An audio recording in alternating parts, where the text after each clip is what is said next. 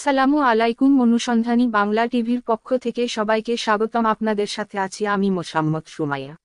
দিনাজপুরে বিএনপি নেতাসহ ৩৩ জনের বিরুদ্ধে মামলা করলেন ছাত্রদল নেতার স্ত্রী।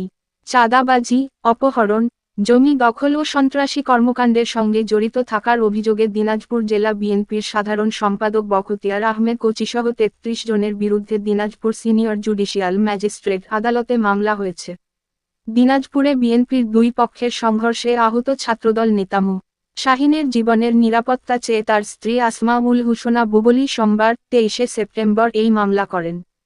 গত বৃহস্পতিবার ২৬ সেপ্টেম্বর মামলার বিষয়টি জানা যায়। এর আগে একই অভিযোগ এনে দিনাজপুর শহরের মুন্সিপাড়ায় নিমতলা প্রেসক্লাব মিলনায়তনে সংবাদ সম্মেলন করেন তিনি।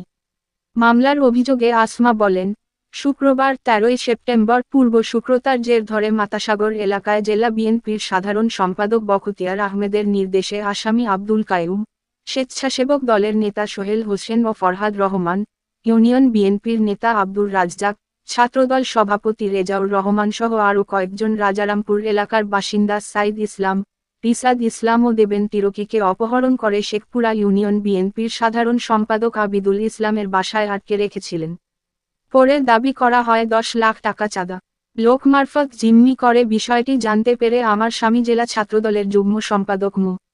শাহীন, জেলা বিএনপির সাবেক যুগ্ম আহ্বায়ক মোস্তফা কামাল, স্বেচ্ছাসেবক দলের নেতা রাসেল আলী চৌধুরী, হেলাল উদ্দিন সহ আরও কয়েকজন তাদের উদ্ধার করতে যান। সন্ধ্যায় ঘটনাস্থল মাতাসাগর এলাকায় বখতিয়ার আহমেদ কোচির নেতৃত্বে তার অনুসারীরা বিএনপির অপর পক্ষের নেতাকর্মীদের ওপর ধারালো অস্ত্র ও আগ্নেয়াস্ত্র দিয়ে হামলা চালায়। এতে গুরুতর আহত হন ছাত্রদল নেতা মো. শাহীন, তার ছেলে আহনাফ তাসিন, স্বেচ্ছাসেবক দলের নেতা হেলাল উদ্দিন, রাসেল আলী চৌধুরী লিমন। আসমাউল হুসনা আরও বলেন, আমরা সবাই নিরাপত্তাহীনতায় ভুগছি। বর্তমানে আমার স্বামী দিনাজপুর জিয়া হার্ট ফাউন্ডেশনের নিবিড় পর্যবেক্ষণ কেন্দ্রে এবং ছেলে M Abdur Rahim medical college হাসপাতালে মুমূর্ষু অবস্থায় চিকিৎসাধীন আছে। এই বিষয়ে প্রশাসনের ও দলের কাছে বিচারের দাবি জানিয়েছেন তিনি। এই বিষয়ে জেলা বিএনপির সাধারণ সম্পাদক বখতিয়ার আহমেদ কোচি বলেন, জোরপূর্বক আমার বিরুদ্ধে দলের একটি পক্ষ মিথ্যা চাঁদাবাজির নাটক সাজিয়ে সামাজিক যোগাযোগ মাধ্যমে ছড়িয়েছিলেন।